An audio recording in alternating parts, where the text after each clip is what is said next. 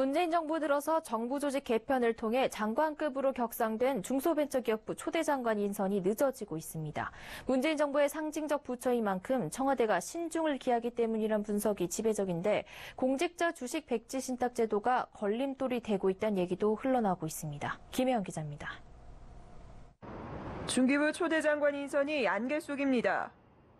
문재인 대통령은 지금까지 16개 부처 장관의 임명을 마쳤지만 중기부 장관은 아직도 공석입니다.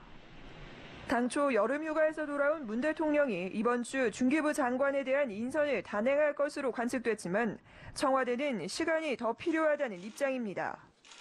중기부는 새 정부의 경제정책을 이끌 핵심 부처로 혁신벤처 중소기업을 살려 대기업 중심의 경제구조를 탈바꿈하는 중책을 맡은 만큼 이를 이끌 수장 임명에는 신중을 기할 수밖에 없습니다.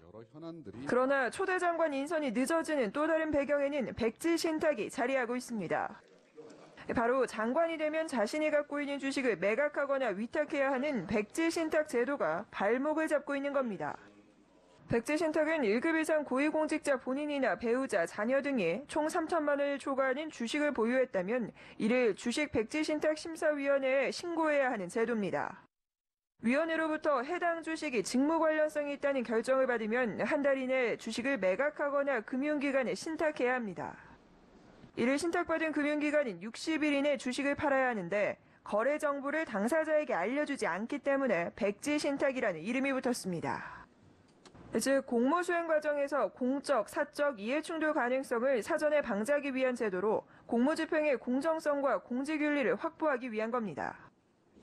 당초 장관 적임자에는 중량급 정치인에 대한 함합형이 무성했지만 실제 청와대에서는 현장에서 뛰고 있는 벤처기업인에 무게를 두고 있다는 이야기가 흘러나오고 있습니다.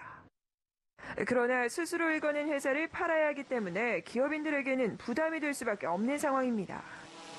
실제 2013년 박근혜 정부 시절에 중소기업 청장에 내정됐던 황철주 주성엔지니어링 사장은 백지 신탁의 벽을 넘지 못했습니다.